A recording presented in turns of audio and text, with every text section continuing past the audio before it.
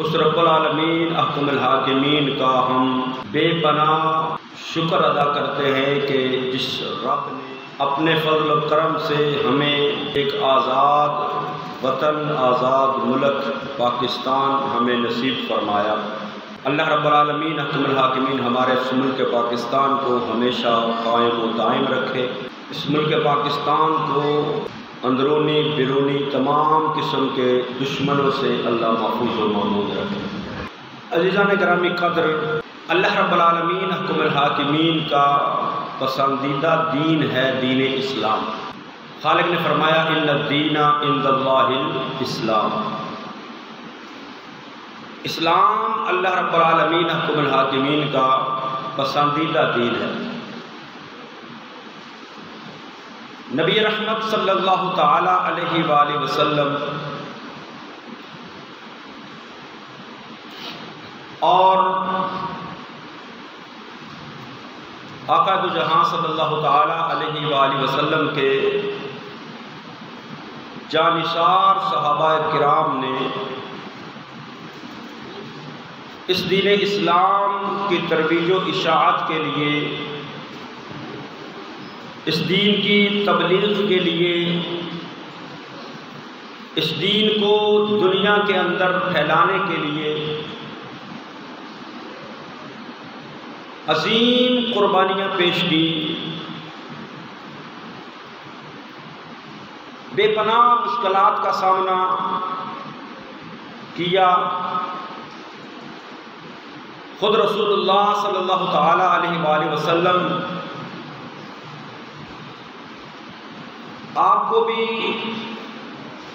اس دین اسلام کی تبلیغ کرنے کی وجہ سے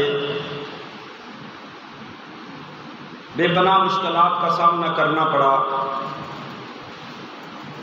اور آقا دو جہاں صلی اللہ تعالی علیہ وآلہ وسلم کے کلمہ حق کو قبول کرتے ہوئے، دعوت حق کو قبول کرتے ہوئے، آپ کی آواز پر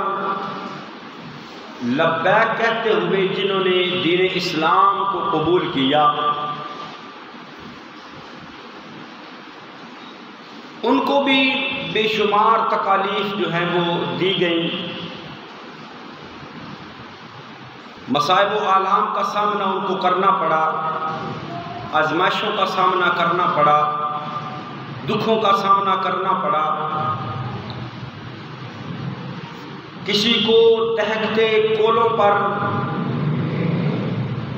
تپتی آگ پر، دہکتے کوئلوں پر لٹایا گیا،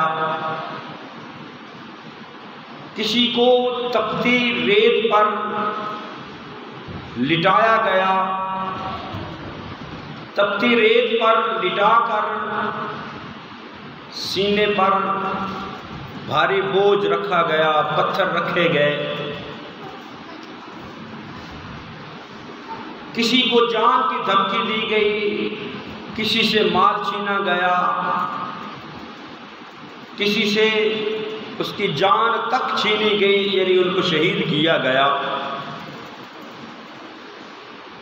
صحابہ کرام رضوان اللہ تعالی علیہ مجمعین نے ان تکالیف کا سامنا تو کر لیا، لیکن دعوت حق کو قبول کرنے کے بعد اس سے انکار نہیں کیا، بلکہ رسول اللہ صلی اللہ تعالی علیہ وآلہ وسلم کے ساتھ مل کر دین اسلام کی تبلیغ و اشاعت کی۔ خود رسول اللہ صلی اللہ تعالی علیہ وآلہ وسلم کو مشکلات کا سامنا کرنا پڑا۔ آقا دو جہاں صلی اللہ تعالی علیہ وآلہ وسلم کو کبھی طائف کے اندر پتھر مار کر لہو لہان کیا جاتا ہے، کبھی مصطفیٰ کریم صلی اللہ تعالی علیہ وآلہ وسلم کے گلے میں چادر کا پھندا ڈال کر کھینچا جاتا ہے، کبھی مصطفیٰ کریم صلی اللہ تعالی علیہ وآلہ وسلم کو سجدے کی حالت میں آپ کی پشت پر اونٹ کی اوجڑی رکھی جاتی ہے، کبھی مصطفیٰ کریم صلی اللہ تعالیٰ علیہ وآلہ وسلم کو مال و دولت کا لالچ دیا جاتا ہے، مال و زر کا لالچ دیا جاتا ہے، کبھی مصطفیٰ کریم صلی اللہ تعالیٰ علیہ وآلہ وسلم کو اتنا ستایا جاتا ہے، اتنا تنگ کیا جاتا ہے کہ خود آپ کا قبیلہ جو تھا اس نے رسول اللہ صلی اللہ تعالیٰ علیہ وآلہ وسلم سے بائیکاٹ کر دیا۔ خود قریش کے لوگ آپ کے خلاف برسر پیکار ہو گئے۔ مصطفیٰ کریم صلی اللہ تعالیٰ علیہ وآلہ وسلم کو مکہ مکرمہ جو آپ کی جائے پیدائش تھی، جائے ولادت تھی، جہاں مصطفیٰ کریم صلی اللہ تعالیٰ علیہ وآلہ وسلم کا مبارک بچپن گزرا، جہاں مصطفیٰ کریم صلی اللہ تعالیٰ علیہ وآلہ وسلم کا مبارک لڑکپن گزرا، جن گلیوں میں مصطفیٰ کریم صلی اللہ تعالیٰ علیہ وآلہ وسلم کے قدمین شریفین لگتے رہے، اس مکہ کو چھوڑنے پر مجبور کیا گیا۔ آقا دو جہاں صلی اللہ تعالیٰ علیہ وآلہ وسلم اور آپ کے صحابہ نے مکہ چھوڑا، ہجرت کی مدینہ طیبہ کی طرف۔ پھر مصطفیٰ کریم صلی اللہ تعالیٰ علیہ وآلہ وسلم پر جنگیں مسلط کی گئی۔ آقا دو جہاں صلی اللہ تعالیٰ علیہ وآلہ وسلم کے قریبی رفقاء کو، قریبی ساتھیوں کو، جن میں مصطفیٰ کریم صلی اللہ تعالیٰ علیہ وآلہ وسلم کے پیارے اور عزیز چچا جناب حضرت امیر حمزہ بھی شامل ہیں، ان کو شہید کر کے آقا دو جہاں صلی اللہ تعالیٰ علیہ وآلہ وسلم کو تکالیف پہنچائیں گے۔ اور حضرت حمزہ جو مصطفیٰ کریم صلی اللہ تعالیٰ علیہ وآلہ وسلم کے پیارے چچا جان ہیں، جب آپ کو شہید کیا گیا تو آقا دو جہاں صلی اللہ تعالیٰ علیہ وآلہ وسلم نے فرمایا لن اصابا بمثلک ابدا، فرمایا اس سے بڑی سخت مصیبت جو ہے وہ مجھ پر نہیں آئی۔ یعنی مصطفیٰ کریم صلی اللہ تعالیٰ علیہ وآلہ وسلم کے قلب اطہر کو یہ تکلیف پہنچائی گئی، اور آقا دو جہاں صلی اللہ تعالیٰ علیہ وآلہ وسلم کے دندان مبارک شہید ہوئے، چہرہ مبارک زخمی ہوا۔ حضرت عبداللہ ابن مسعود مصطفیٰ کریم صلی اللہ تعالیٰ علیہ وآلہ وسلم کے صحابی ہیں، غلام ہیں، بیان کرتے ہیں کہ آقا دو جہاں صلی اللہ تعالیٰ علیہ وآلہ وسلم ایک دن بیٹھ کر یہ تذکرہ فرما رہے تھے، ان تکالیف کا تذکرہ کر رہے تھے، ان مصائب و آلام کا تذکرہ کر رہے تھے جو کفار کی طرف سے، مشرکین مکہ کی طرف سے رسول اللہ صلی اللہ تعالیٰ علیہ وآلہ وسلم پر مسلط کی گئی۔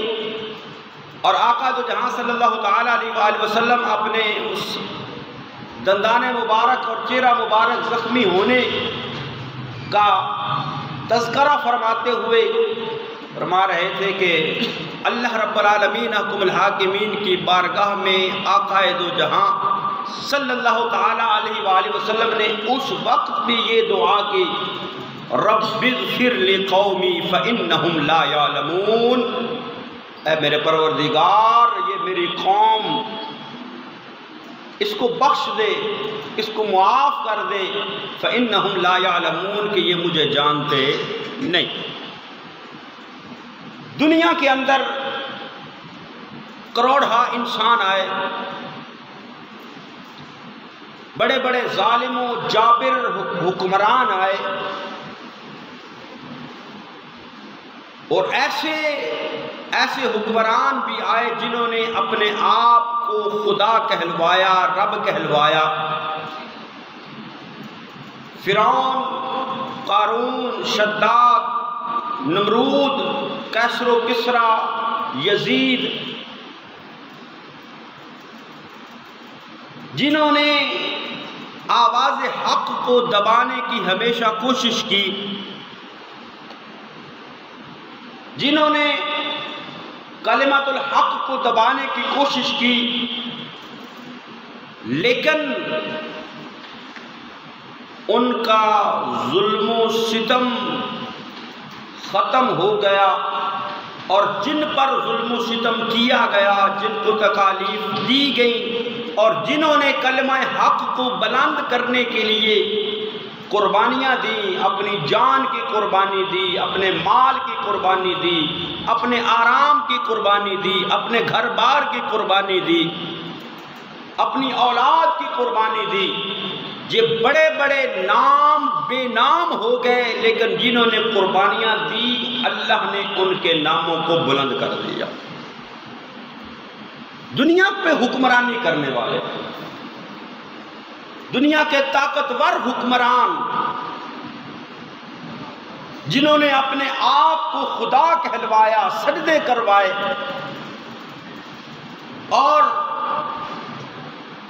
حق کا نام لینے والوں پر ظلم و ستم کیا،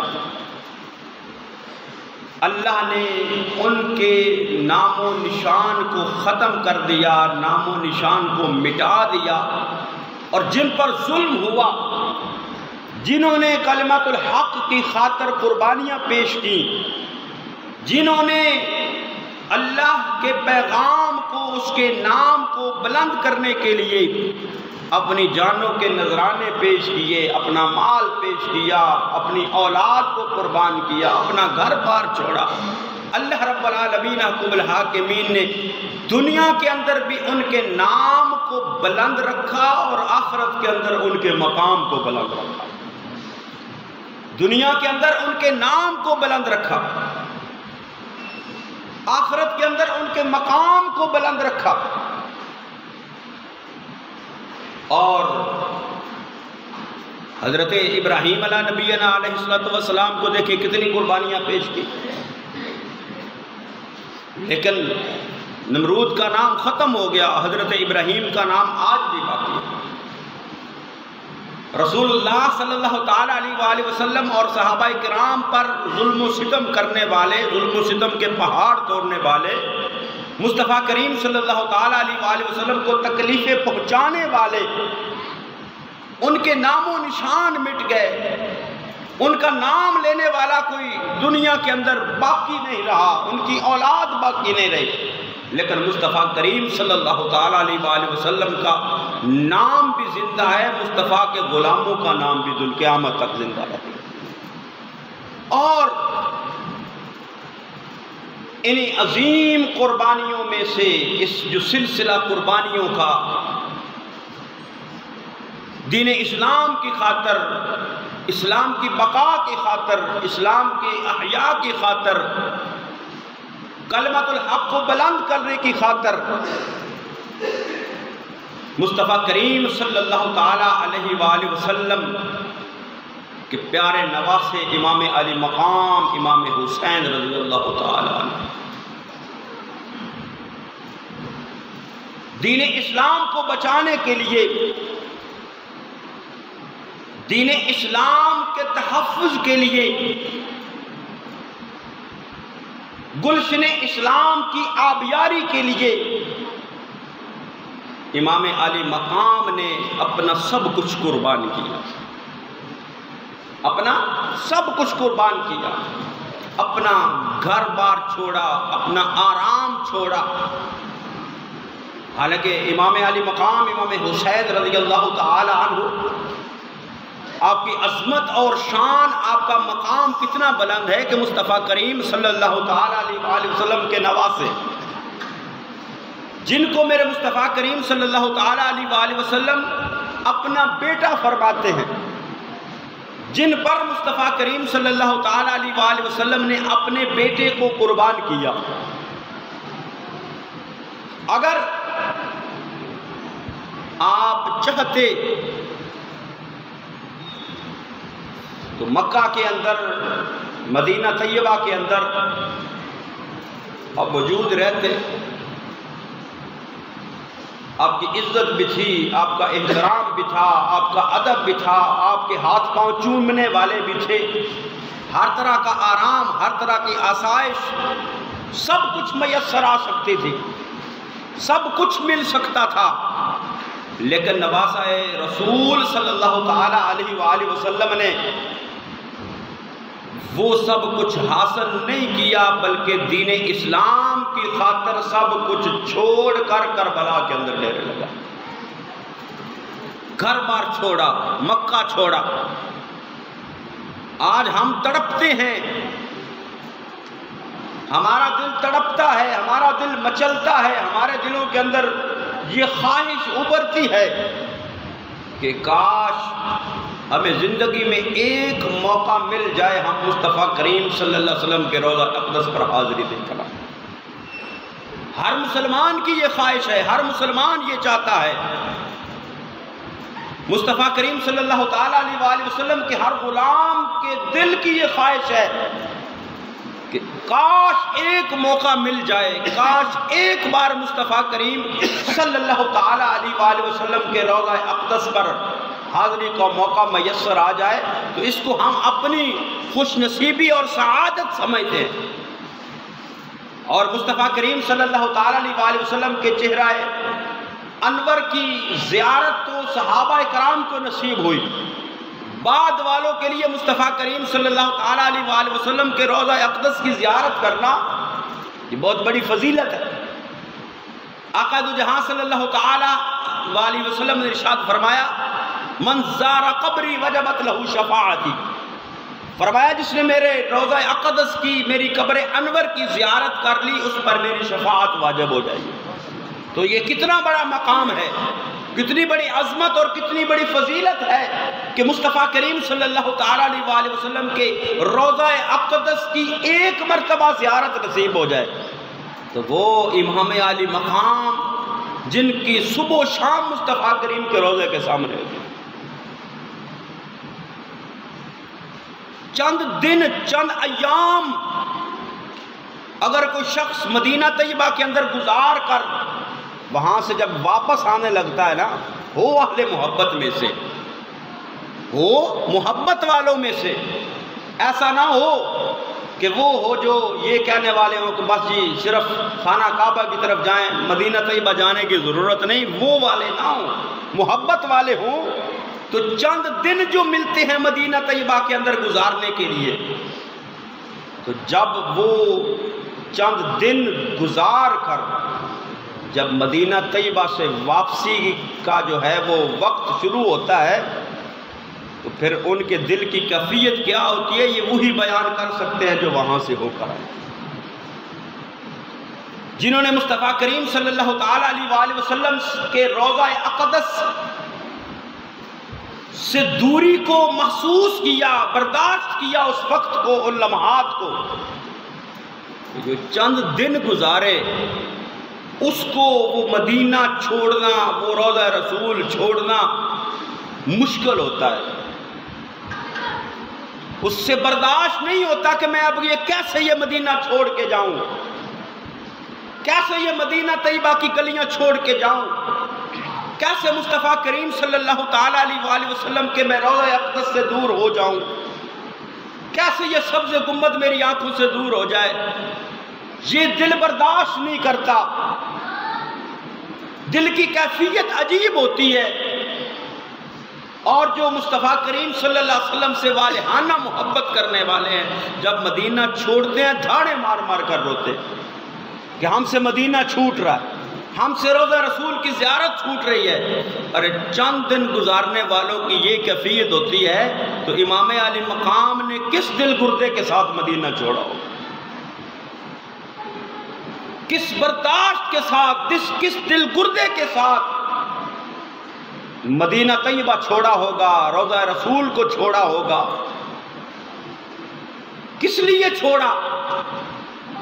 آج دنیا کے اندر دیکھیں،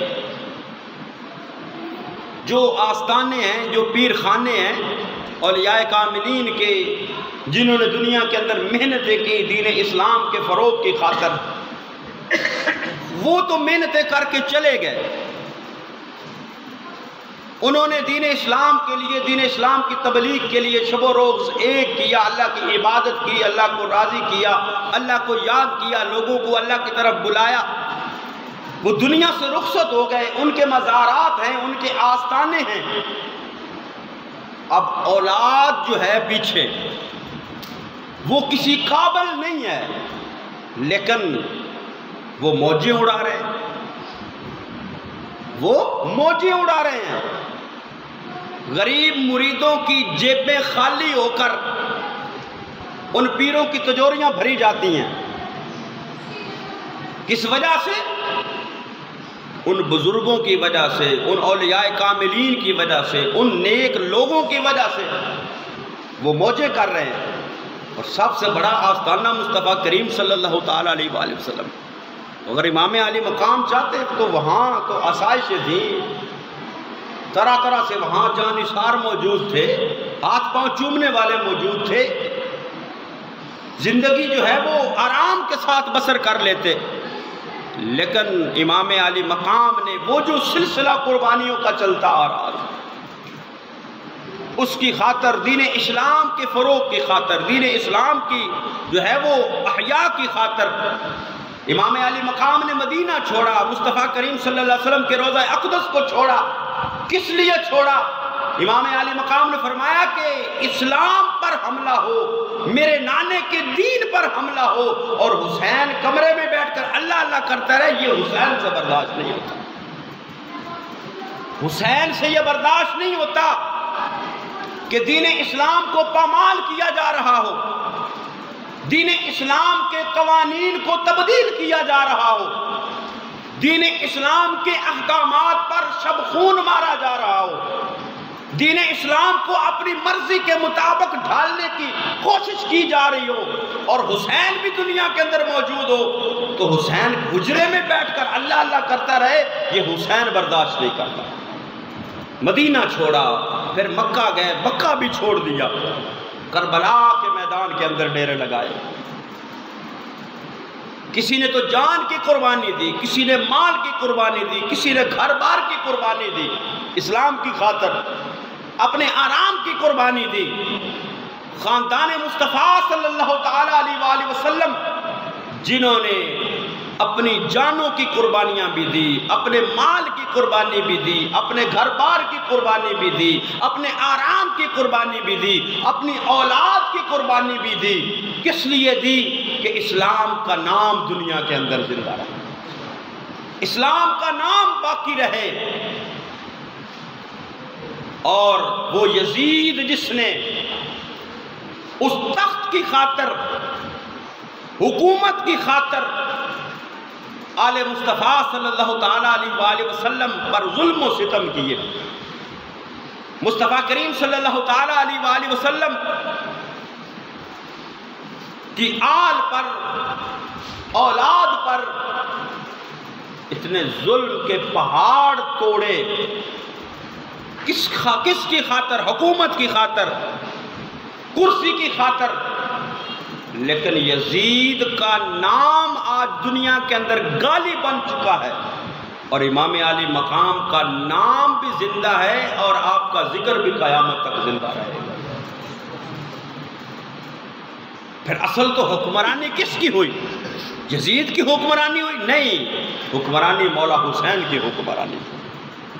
حکومت حسین کی ہوئی۔ کیونکہ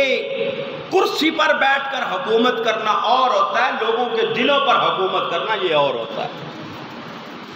لوگوں کے دلوں پر حکومت کرنا۔ تو امام علی مقام امام حسین رضی اللہ تعالی عنہ نے،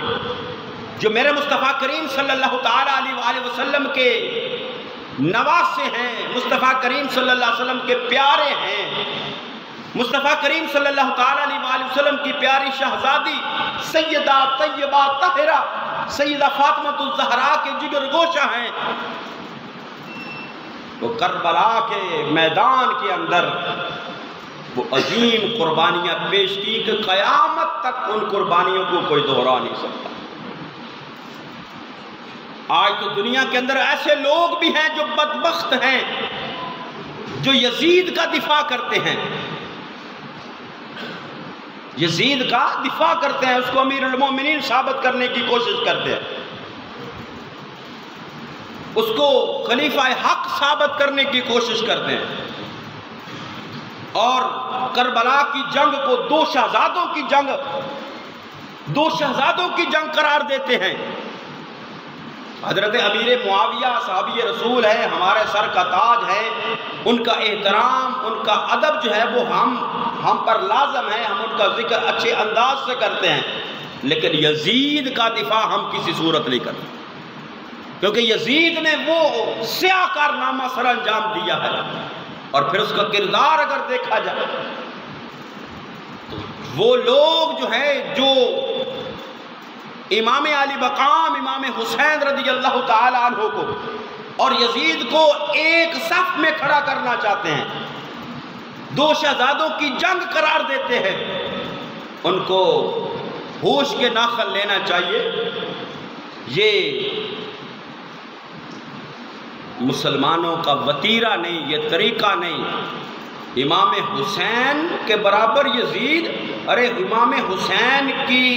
نالین پر لگنے والی مٹی کے برابر بھی یزید نہیں ہو سکتا۔ امیر المومنین حضرت عمر فاروق رضی اللہ تعالی عنہ مال غنیمت آیا، آپ نے مجاہدین اسلام میں اس کو تقسیم کیا۔ جب تقسیم کرنے لگے تو حضرت عمر فاروق کے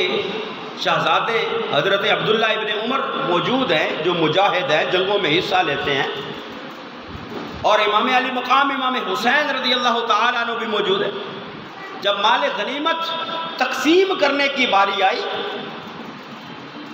تو حضرت عمر فاروق نے اپنے بیٹے کو 1000 درہم جو ہے وہ عنایت کیا۔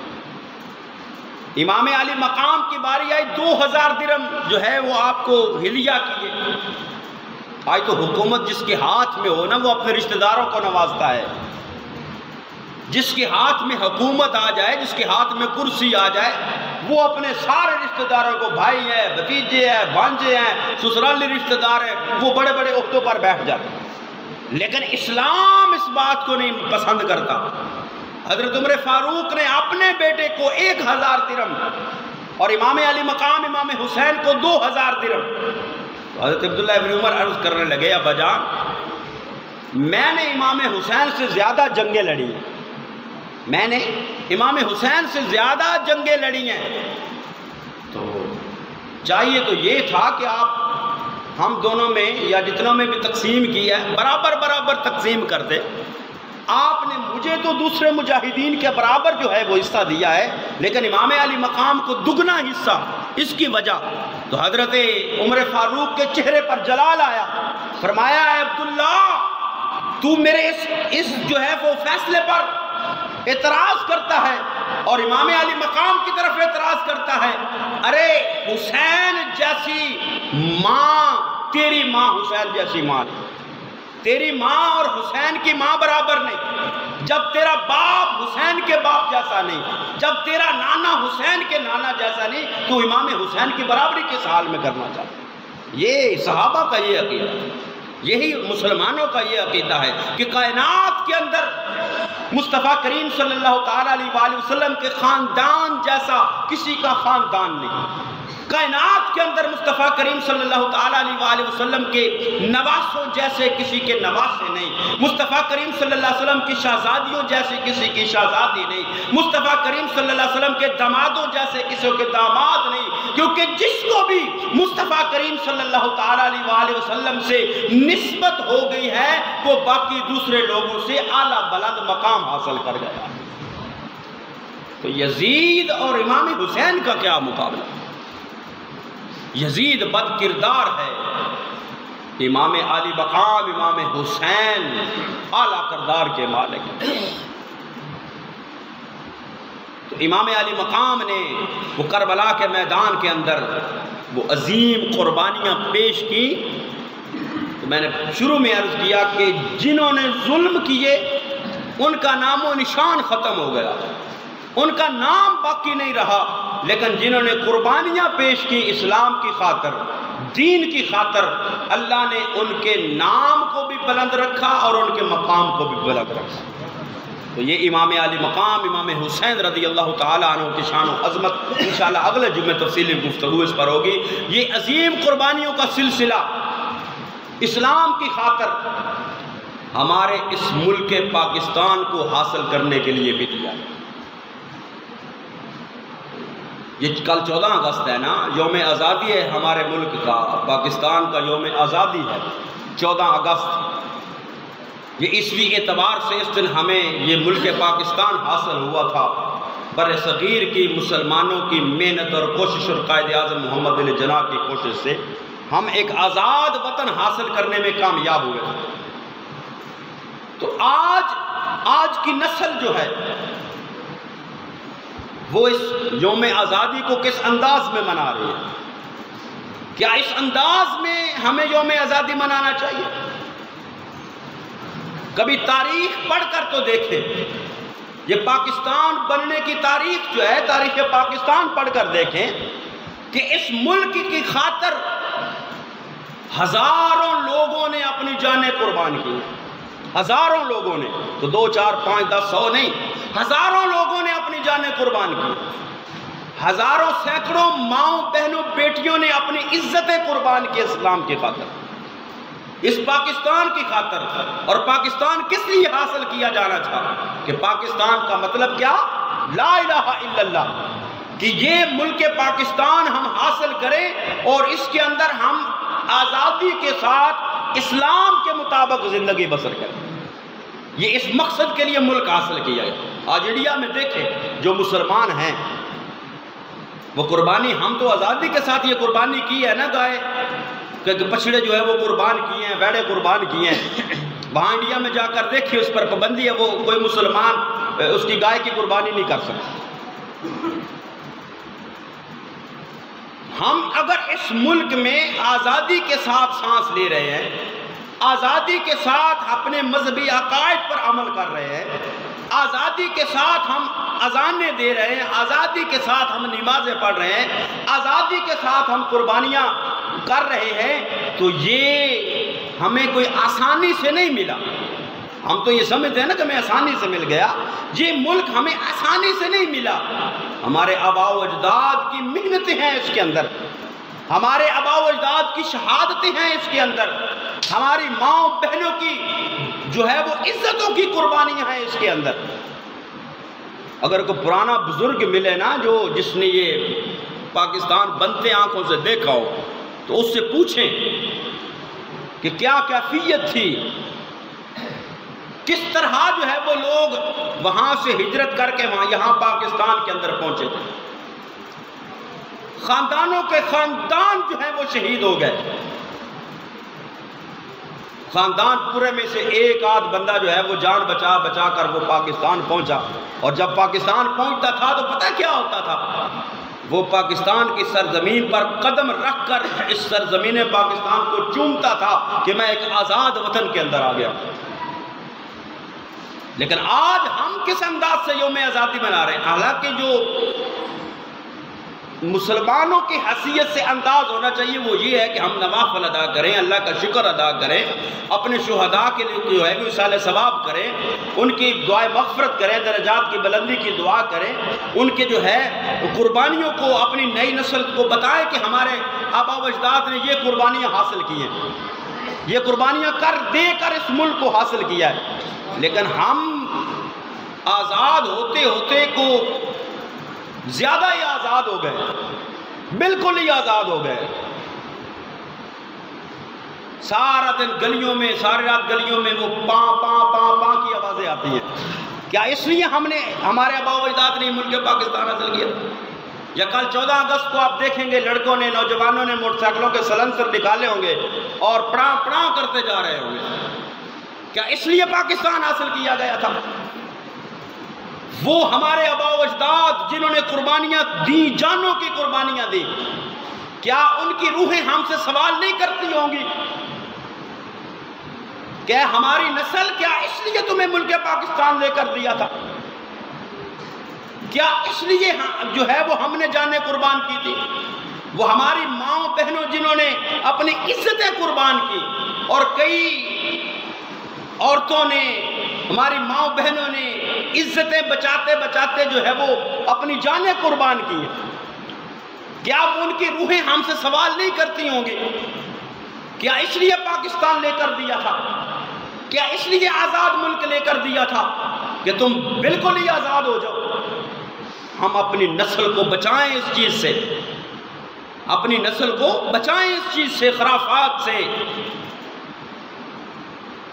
کہ دین اسلام کے فروغ کی خاطر یہ ملک حاصل کیا گیا تھا، اسلام کی بقا کی خاطر یہ ملک حاصل کیا گیا تھا، مذہبی آزادی کے لیے ملک حاصل کیا گیا تھا کہ ہم آزادی کے ساتھ آزاد فضا میں سانس لیں، آزاد ملک میں رہ کر آزادی کے ساتھ اپنی عبادات کو کر سکیں، اپنی زندگی کو بسر کر سکیں۔ اور جو موٹر سائیکلوں کے سائلنسر نکال کر وال ویلنگ کرتے ہوئے کسی ٹرک کو لگتے ہیں اور پھر آپ معاشرے میں دیکھتے ہیں کہ وہ ان کی میت اور لاش اٹھانے کے قابل نہیں رہتے، تو نوجوان یہ نہیں سوچتے کہ جس باپ نے تمہیں پال پوس کر 20-22 سال جوانی کو چڑھایا ہے، تمہیں سب کچھ لے کر دیا ہے، جب تمہاری میت اس طرح اس کے گھر پہنچے گی، اس باپ پر کیا گزرے گی؟ اس باپ کی کیا کیفیت ہوگی اس وقت؟ تو خدارا ہوش کے ناقل لیں، آزادی منائیں، ہمارا حق ہے، لیکن جائز طریقے سے، اچھے طریقے سے آزادی کے لیے آپ جھنڈے لگائیں، جھنڈیاں لگائیں، ٹھیک ہے، آپ جو ہے وہ اپنے شہدائے پاکستان کے لیے ایصال ثواب کریں، ان کا عہد کریں اس بات پہ کہ جس مقصد کے لیے یہ ملک حاصل کیا ہے ہم اس مقصد کو لے کر آگے چلیں گے، ہم یہ پاں چھوڑ دیں اس کو، یہ پیسے کا بھی ضیاع ہے، اور جو ماں باپ لے کر دیتے ہیں وہ بھی گناہ گار ہیں، جو ماں باپ اپنے بچوں کو یہ پاں لے کر دیتے ہیں، وہ گلی میں محلے میں کوئی مریض ہے، کوئی بیمار ہے، کوئی سویا ہوا ہے، تھوڑی دیر نہیں گزرتی پاں، تھوڑی دیر نہیں گزرتی پاں۔